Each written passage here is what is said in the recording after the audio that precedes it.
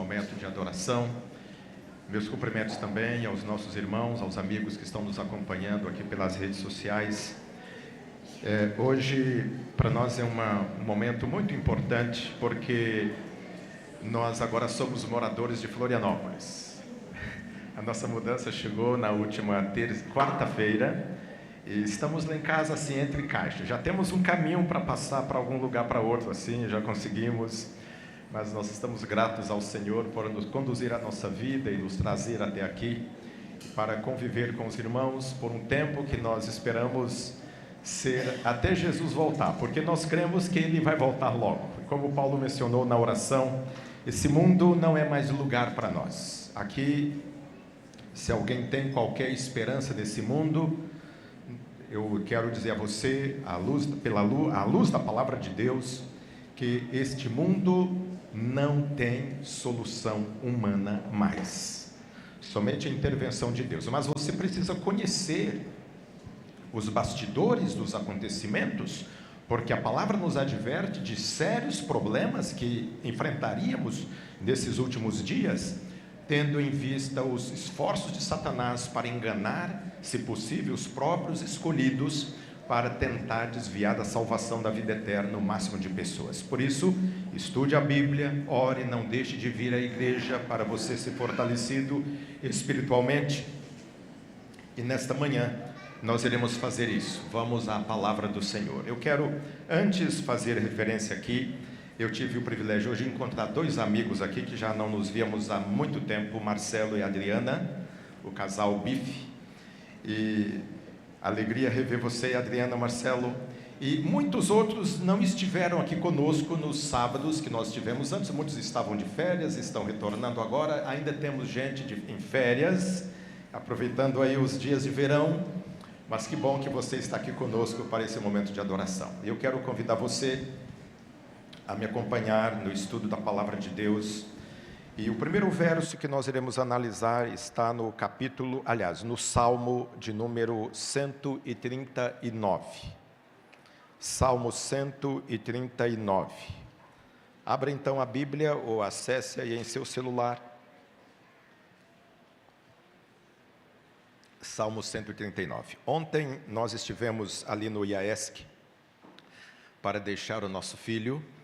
E nós temos 2 filhos e o último, que é o mais novo, deixou o ninho vazio. E eu sei que tem mais 4 pais aqui que levarão os filhos amanhã lá. Estamos orando por vocês e por eles. Que Deus possa abençoar a todos. Nossa filha amanhã retorna também para a faculdade dela. E nós seguiremos. E assim é a vida, irmãos. Nós estamos aqui e preparando para, em breve, não termos mais separações. Salmo 139, eu quero que você deixe a sua Bíblia aberta e, mais uma vez, eu quero orar ao Senhor. Nosso Deus, a Tua palavra está aberta em nossa mão nesta manhã e nós iremos estudá-la. Queremos que o Espírito Santo, que a inspirou, que a revelou aos profetas, possa falar a nós com poder e que a Tua palavra seja uma resposta do céu às necessidades dos Teus filhos aqui reunidos nesta manhã e daqueles também que estão em contato com esta mensagem através das redes sociais aqui da igreja. Nós queremos, ó Deus, que o Espírito Santo tenha autoridade sobre a nossa vida e que a mesma seja impactada pelo poder da palavra que vem do Senhor para a nossa edificação, para a correção, para a nossa instrução em Cristo Jesus e para a renovação da nossa fé nos planos e nos projetos que o Senhor tem para a nossa felicidade nesta terra. Por isso nós oramos em nome de Jesus. Amém. Salmo 139, versos 13 até o verso 17. Diz assim: Pois tu me formaste o meu interior, tu formaste o meu interior, tu me teceste no ventre de minha mãe. Graças te dou, visto que de modo assombrosamente maravilhoso o Senhor me formou. As tuas obras são admiráveis, e a minha alma o sabe muito bem. Os meus ossos não te foram encobertos, quando no oculto fui formado e entretecido como nas profundezas da terra. Os teus olhos viram a minha substância ainda informe, e no teu livro foram escritos todos os meus dias, cada um deles escrito e determinado, quando nenhum deles ainda existia. Que preciosos para mim, ó Deus, são os teus pensamentos, e como é grande a soma deles. Meus queridos irmãos, eu escolhi como título para a mensagem que nós estaremos estudando nesta manhã, o título Presentes de Deus. E este salmo em especial, ele me impacta profundamente. E eu queria reportar um episódio, a primeira vez que esse salmo me causou assim um impacto profundo foi numa aula de biologia, quando eu cursava o primeiro ano do ensino médio. Eu tinha uma professora, a professora Raquel Medeiros, apaixonada por biologia, e ela ensinava biologia com amor, com paixão, era contagiante. E ela estava dando aulas de biologia sobre células. E ao ela descrever as células, e com tanta empolgação, ao falar de tanta riqueza de detalhes, alguém na sala lembrou esse verso: Tu me formaste, ó Deus, de modo assombrosamente maravilhoso. E eu gostaria que você considerasse, meus queridos irmãos, queridos amigos, que você considerasse a riqueza do projeto de Deus, que é você, a sua vida. O texto que nós lemos diz que Ele nos formou, Ele nos conhece, Ele conheceu a nossa substância ainda informe.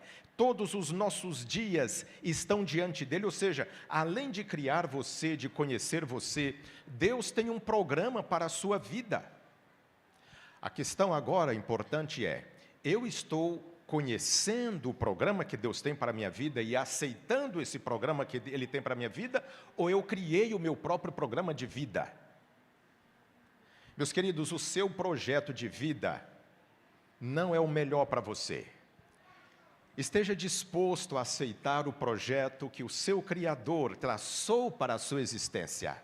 A felicidade vem dEle. Não são os seus planos, os seus projetos, não são as suas estratégias que vai trazer a felicidade que você precisa. Confie, aquele que nos criou, Ele sabe o que nós precisamos e Ele provê o que nós precisamos. Esse é um presente de Deus. E eu gostaria de conversar com você brevemente. Qual foi o presente mais valioso que você já recebeu até hoje? Alguém vai dizer, foi meu marido, foi minha esposa, foram os meus filhos. Não é nesse sentido. Presente material. Qual foi o presente mais valioso que você recebeu? Uma casa, um carro, um passeio, enfim, alguma coisa. Qual foi o impacto que isso causou na sua vida no momento em que você recebeu o presente? E que uso você fez desse presente? Imagine, dizem que as mulheres valorizam muito sapatos. Imagine você receber aí de alguém que ama você, um sapato de marca nobre. Eu não sei quais são as marcas nobres. Antigamente, muito antigamente, Quixote era uma marca nobre. Só riu quem tem a minha idade para cima aí, né? All Star, enfim, né? Pense numa marca chique. Quando você ganha um sapato, os meninos têm essa mania de andar na rua, às vezes chutando pedra, chutando latinha, etc. As meninas não vejo fazer isso, salvo raras exceções. Mas quando você recebe, por exemplo, um sapato chique, uma roupa chique, você usa esse presente em que ocasiões? Especiais. Você não usa uma roupa chique para lavar louça. Não usa um calçado de valor para fazer trilhas. Meus queridos, se nós consideramos os presentes que Deus nos deu, é importante nós lembrarmos, aliás, ou refletirmos, que uso nós estamos fazendo deles. Eu ouvi uma história há mais ou menos uns 6 anos, de um casal. Os dois cresceram como amigos, e depois passaram a se namoraram, e namoraram depois, ficaram noivos e casaram. Os dois vieram de de famílias muito pobres, mas eles se amavam muito. Tinham um planejamento de vida. Desculpem. E alugaram um apartamentozinho simples para morar, e ali eles viviam com dificuldades, ambos trabalhavam numa época de inflação galopante, não sobrava dinheiro para nada, não conseguiam fazer economia para nada, tudo o que faziam era para cobrir as despesas básicas para a manutenção da vida, e estava aproximando, eles eram felizes os dois porque se amavam muito. Estava aproximando a data do primeiro aniversário de casamento, e no coração daquela menina que amava tanto aquele menino, aquele rapaz, e no coração dele, um desejo vivo. O que eu darei de presente para comemorar o primeiro aniversário, para marcar o primeiro aniversário de nossa vida a dois, agora como casal? E eles fizeram planos, todo o esforço possível para economizar, mas não conseguiram guardar nada. Chegou a semana do aniversário de casamento e não tinha dinheiro nenhum. Ele tinha um relógio que fora do seu bisavô, do avô, do pai, e agora estava com ele, uma relíquia da família, era um relógio folheado a ouro. E ela não tinha nada, os seus bens pessoais, roupas, não eram roupas chiques e tal, calçados, enfim, financeiramente não valia tanto. Ela tinha um cabelo muito lindo, um cabelo comprido, que vinha aqui, nas suas costas, lá embaixo. E no dia do aniversário, a angústia tomava conta dos dois, porque não tinha o dinheiro para comprar o presente que tantos queriam. E ele pensou, vou vender o relógio. A única coisa que eu tenho, vou vender o relógio e vou comprar uma presilha linda para enfeitar o cabelo, para prender o cabelo da minha esposa. E ele fez isso, vendeu o relógio e comprou uma presilha. E ela, angustiada, foi a um cabeleireiro e cortou o cabelo. E vendeu para comprar uma pulseira para o relógio do esposo. Sem que ninguém dos dois soubesse o que tinha acontecido, chegaram em casa, não tinha dinheiro para ir a um restaurante. Ela preparou o jantar simples, com algumas velas, e deixou o ambiente o mais romântico possível. E sentaram à mesa, e ela com aquele... lenço é badana que usa as mulheres usam? Oi? Turbante, esse que cobre o cabelo. Ela com aquilo, e ele pensou, a criatividade feminina, ela está aprontando alguma coisa hoje. E quando chegou o momento de jantar, o momento de entregar os presentes, ele abriu uma caixinha e apresentou a ela uma presilha e disse, querida, eu só pude comprar isso para enfeitar os seus cabelos. Ela começou a chorar copiosamente. E ele imaginou que era emoção. Era emoção sim, mas essa emoção tinha outro sentimento, porque aquele cabelo longo não existia mais. E ele então tira a cobertura e ele percebe que o cabelo longo estava um cabelo curtíssimo. Ele disse, meu bem, meu amor, eu vendi o meu cabelo e comprei para comprar uma pulseira para o seu relógio. Ele disse, mas eu comprei a presilha porque eu vendi o relógio. O sentimento dos dois, ambos choraram ao saber o quanto estavam dispostos a se sacrificar para agradar um ao outro. Queridos, quando nós recebemos um presente especial, geralmente nós temos um comportamento semelhante de valorização. E eu gostaria de lembrar a você um presente extraordinário. Nós já mencionamos, mas eu gostaria de dar alguns detalhes adicionais. O presente da vida. Como é que você tem usado essa dádiva que Deus deu a você, a vida? Tem gente que diz assim, a vida é minha e eu faço dela o que eu bem entender. A vida não é sua, meu irmão, minha irmã. A vida é de Deus. Ele é vida. Você e eu recebemos por empréstimo, por bondade. Nós somos impactados com a notícia trágica da morte da filha do nosso colega, o pastor Estevão. Uma menina que comemorou 15 anos, 3 dias antes do óbito. Quem espera algo assim? Meus queridos, o que você tem feito com a dádiva da vida que Deus deu a você? Esse é um assunto sério, e nós não podemos fazer de conta que isso não é algo trivial, porque nós teremos que prestar contas a Deus desta dádiva que Ele colocou em nossas mãos. Veja, Deus criou a sua vida de um modo extraordinariamente maravilhoso.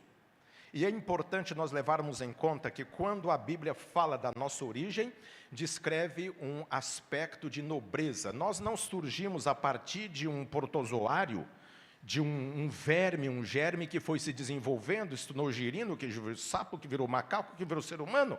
Não, a Bíblia diz assim, nós fomos criados à semelhança e à imagem de Deus. A vida não é fruto de um acaso, é fruto de um planejamento. Você foi criado num aspecto nobre. O que ensina por aí é uma teoria. E teoria carece de provas. Você vai ter que ter fé para aceitar que você veio de evolução. E você precisa ter fé para acreditar que você foi criado por Deus. Agora, o que é menos agressivo para a sua compreensão? Eu vou até aqui, nós não estamos discutindo ciência. Estamos analisando a palavra de Deus, que diz que Ele nos criou e nos fez a sua imagem e semelhança. O texto de Gênesis é bem conhecido, Gênesis 1, 26 e 27. Eu vou mencionar de memória, mas você pode abrir aí a sua Bíblia e conferir. Lá diz assim, Deus dizendo, façamos o homem à nossa imagem, conforme a nossa semelhança e tal. E aí o texto diz assim, criou Deus o homem à sua imagem, a imagem de Deus o criou, homem e mulher os criou. Queridos, esta é a descrição que a Bíblia traz da nossa origem. Não foi por longas eras de evolução, foi por planejamento de uma mente sábia, inteligente, criativa. Ele idealizou trazer a sua vida à existência. E você que estuda biologia, você sabe, para uma vida humana surgir, precisa da semente masculina, chamada espermatozoide, e a semente feminina, chamada óvulo. Para a fecundação de um óvulo, no ato da concepção, ou da coabitação de um homem com uma mulher, quantos óvulos, em média, uma mulher produz por mês? Me ajude aí o pessoal da biologia aí, me ajude aí. Quantos? É isso mesmo? É isso mesmo, é isso mesmo. E temos aqui uma médica, futura médica. É isso mesmo, me corrija, por favor, que não é bem a minha área. Estou atrevendo a entrar num campo que eu não tenho domínio tanto. Agora, veja, as sementes masculinas, quantas são no ato da coabitação de um homem e uma mulher? Quantas são? Oi? 300 milhões. População de Floripa não chega nem perto disso, não dá nem o dízimo desse número. Agora, é por acaso, se uma mulher produzir 2 óvulos e os 2 forem fecundados, e teria esperma suficiente para fecundar quantos óvulos? Um número tremendo. Porém, por que se duas sementes masculinas fecundarem o óvulo, vai nascer gêmeos. Se for um só, como foi a maioria de nós aqui, deve ter gêmeos aqui também, mas é a minoria, não é tão comum. Queridos, então isso não é fruto do acaso. Deus escolheu aquele que deu origem em você. Eu ouvi uma palestra do Dr. Rodrigo Silva a esse respeito, ele dizendo que há um cálculo feito pela Universidade de Harvard, de outra probabilidade também tremendamente desafiadora, que foi a possibilidade do seu pai e a sua mãe se encontrarem, porque se fosse outra pessoa, não teria nascido você. Então, não é interessante isso? Agora, o fato de você existir, isso prova que Deus planejou a sua existência. E quando Deus nos criou, queridos, é interessante esse detalhe, porque Ele fez de um modo assombrosamente maravilhoso. Para trazer as outras coisas e seres à existência, Deus apenas dizia, haja luz. Aliás, haja luz, haja animais, haja plantas e etc. E eles iam acontecendo. Mas no caso da criação do ser humano, ele modelou com as mãos. Há um verbo na língua hebraica que é usado para a criação do homem. E uma derivação desse mesmo verbo é usado para a criação da mulher. E tem o sentido de criação com um toque de sublimidade. Então, esta é a compreensão que a Bíblia dá da sua origem, uma origem nobre, sublime. Então, meus amados, a vida que Deus te deu não é algo para ser tratado de qualquer maneira. Viva esta vida para glorificar ao seu Salvador. E aí a pergunta que eu faço a você é: que relevância isso tem para mim diante dos problemas que eu enfrento na minha vida? Muita relevância, porque quando os problemas surgem, você pode lembrar da sua origem. Eu estou passando por isso, mas não foi para isso que eu fui criado. Apenas estou passando por isso. Eu ouvi um sermão há alguns anos, e o pregador falava a história de um rei que foi deposto. E para humilhar a família, os seus filhos foram deixar o futuro herdeiro do trono, o príncipe que substituiria o pai no trono, foi deixado para ser cuidado por uma mulher de rua, que morava nas ruas, literalmente. Então ela dava comida estragada para aquele menino, fazia o pior que podia por ele, mas ele não aceitava. Ele empunhava o punho, erguia o punho e dizia: eu sou filho de um rei, eu não aceito isso. À primeira vista pode parecer atitude de um menino teimoso, mimado, mas tem uma lição importante aqui. Quem é filho de rei é príncipe. E príncipes não pode aceitar qualquer padrão que lhe oferece. Querido, se o mundo tem oferecido a você o pior, isso não tira de você a dignidade que Deus lhe atribuiu. Erga a sua cabeça, você pode não ter o que você merece ter, mas isso não diminui o valor que Deus lhe atribuiu quando te criou. Erga a sua cabeça, as coisas não vão ficar assim para sempre. Deus intervirá e haverá mudança. Pode acreditar. Outro presente, irmãos, eu quero mencionar brevemente em função do nosso tempo. Presente que Deus nos deu. Falamos primeiro o presente da vida. Esse segundo presente é algo também bastante singular, o presente do tempo. A Bíblia diz lá em Eclesiastes 3, verso 1, lá diz assim: há tempo para todo propósito debaixo do sol. Ou há tempo para tudo. E lá faz uma descrição poética, depois você leia, por favor, Eclesiastes capítulo 3. O tempo, toda pessoa recebeu esse dom de Deus, essa dádiva, em justa medida. Eu não sei quem é a pessoa mais folgada de Florianópolis. Ela não está aqui. Porque provavelmente ainda está dormindo, talvez. Eu sei que aqui tem muita gente ocupada e que está aqui. E no fator tempo, qual é a diferença para o folgado e o ocupado? Qual é a diferença? Quanto tempo a mais a pessoa ocupada tem em relação ao folgado? Quanto tempo? Nenhum. São 24 horas diárias. Agora, tem gente que nessas 24 horas tem tempo para dormir, as horas necessárias para descansar, tempo para trabalhar, relacionar-se com a família, fazer atividade física, estudar, cuidar dos seus negócios, aprender um outro idioma, aprender um instrumento, se envolver nas atividades da igreja, usar os seus dons para edificar a igreja e abençoar a vida de outros. E tem gente que não faz nada porque diz que não tenho tempo. Isso não é verdade. Eu quero que você leia comigo um texto. Está na carta de Paulo aos Efésios, capítulo 5. Efésios, capítulo de número 5. Me acompanhe, por favor, na leitura desse texto. Efésios 5, versos 15 e 16. diz assim, Efésios 5, 15 e 16. Portanto, tenham cuidado com a maneira como vocês vivem. E vivam não como tolos, mas como sábios, aproveitando bem o tempo, porque os dias são maus.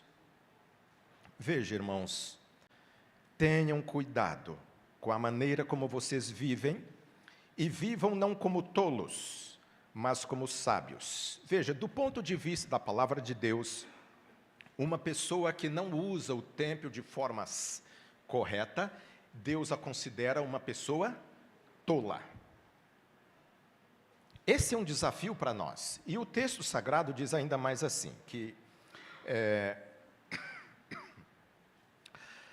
o autor, o criador do tempo, ele reservou um tempo especial para trabalhar, para descansar, e um tempo especial para a adoração, que é o sábado. Deus diz assim, 6 dias trabalharás, esse é um mandamento, trabalhar é mandamento. 6 dias trabalharás, é mandamento de Deus, mas também é mandamento de Deus. No 7º dia, lembre-se que é o dia de sábado, não faça nenhum trabalho. E Deus é tão bondoso que nesse presente que é o tempo, Ele separou uma fração especial para abençoar os patrões, os empregados, os autônomos, todo mundo é abençoado nessa fração de tempo. E Deus espera de nós respeito e consideração solene a esse respeito. Não cuide dos seus próprios interesses no meu santo dia, diz o Senhor. Sim, meus queridos, o tempo é uma dádiva que recebemos de Deus e dela também nós daremos conta. Veja, Provérbios, vou apenas mencionar, diz assim, o temor do Senhor é o princípio da sabedoria. E no Salmo 92, verso 12, Moisés escreveu esse salmo, lá diz assim, ensina-nos a contar os nossos dias para que alcancemos coração sábio. Veja, administrar o tempo sabiamente é sinônimo de sabedoria. E eu quero falar aqui aos pais. Esses aparelhozinhos, smartphones, têm contribuído muito para roubar o tempo do estudo da Bíblia, da adoração a Deus, do culto familiar, do crescimento intelectual na vida de muita gente. Peça a Deus sabedoria para controlar esse assunto na vida de seus filhos. Outro dia, esse é um assunto desafiador para nós lá em casa também. Outro dia, eu exortando o meu filho a esse respeito, e ele achou meu telefone, e ele tem acesso. Ele disse, pai, olha aqui, ó, você passou mais de 5 horas nessa semana com o seu celular. E eu não sabia disso, mas o celular entrega a gente. E era verdade, estava lá 5 horas e 14 minutos, e eu tinha usado o telefone naquela semana. Eu falei, uau, é muito tempo. É verdade que eu atendia ainda mais, né? Eu trabalhava num contexto que atendia milhares de irmãos. Então, enfim, mas é uma questão, irmãos, para você considerar. Que uso você tem feito desse presente que Deus te deu? O tempo. Você tem respeitado esses momentos com a família, com Deus e etc., ou precisa mudança na sua vida? Eu quero mencionar brevemente um outro presente que Deus deu, o presente da família. O texto diz lá de Gênesis, mencionamos, Deus criou o homem e a mulher conforme a sua imagem e semelhança. Gênesis 1, 26 e 27. Depois Deus os uniu em casamento e Deus os abençoou. Meus irmãos, a família tem como base um projeto de Deus, que tem o casamento no contexto. Deus leva isso muito a sério, tão a sério, e aqui se eu estiver dizendo para pessoas que estão vivendo o drama de um divórcio, de uma separação, Deus não deixou de amar você por isso. Deus sabe as suas lutas, mas é importante que você saiba que o plano que Deus tem para você é que o seu casamento tenha um prazo de validade até quando? Quando? E você fez um juramento até que... E você não tem o direito de orar para o seu cônjuge morrer.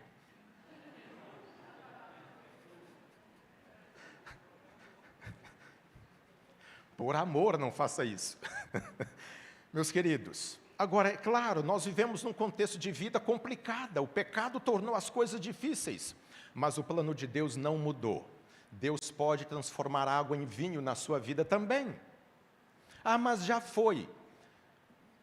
Busque a solução que Deus tem para você. Mas leve em conta, queridos, o presente, essa dádiva que é a família.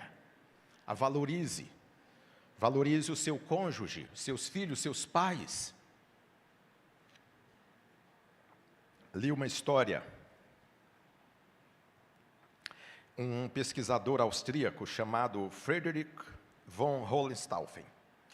Esse homem queria descobrir a linguagem original do ser humano. E ele imaginou, se eu pegar crianças que ainda não falam e as isolar do contato humano, e elas não ouvirem nenhuma fala, quando elas começarem a falar, elas vão falar a língua original do ser humano.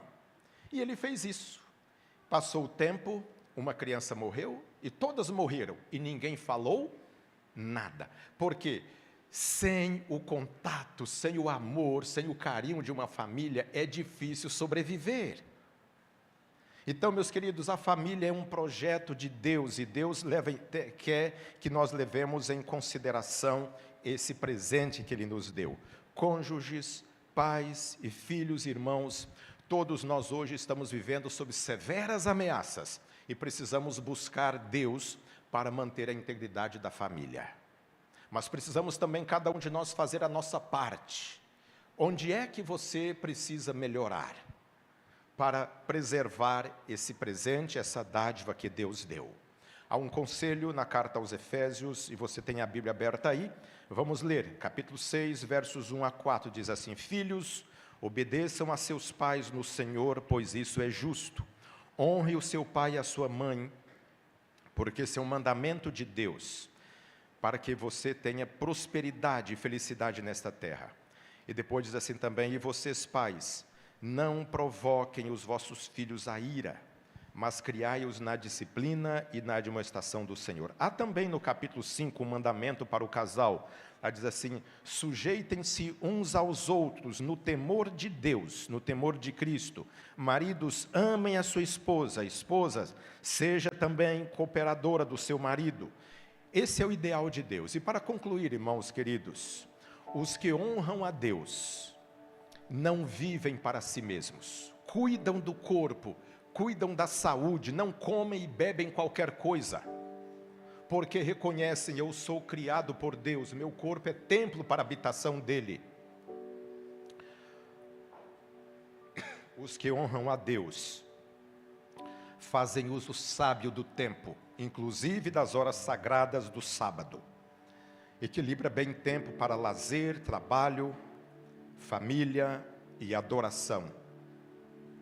As pessoas que honram a Deus têm também em alta consideração as relações familiares, visto que tudo isso são presentes de Deus.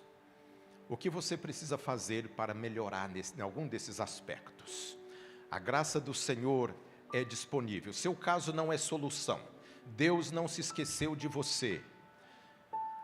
Não desista, confie. Ele pode restaurar o que o pecado está tentando destruir na sua vida, na sua família.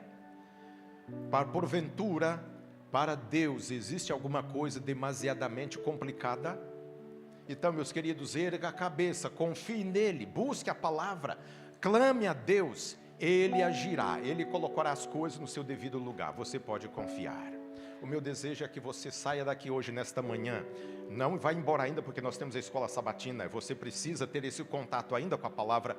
Mas ao você voltar para casa, você ter essa certeza: Deus me visitou nesta manhã e Ele está apontando novos rumos para a minha vida. E pela graça dEle, eu serei aquilo que Ele quer que eu seja. Você acredita nisso? Se você acredita, diga um amém. Amém, amém, que assim seja. Nós iremos cantar agora para reafirmar essa convicção, esse louvor ao Senhor, que traduz a certeza que Deus quer que você tenha, plena confiança nos planos que Ele tem para a sua felicidade nesta terra, hoje e sempre.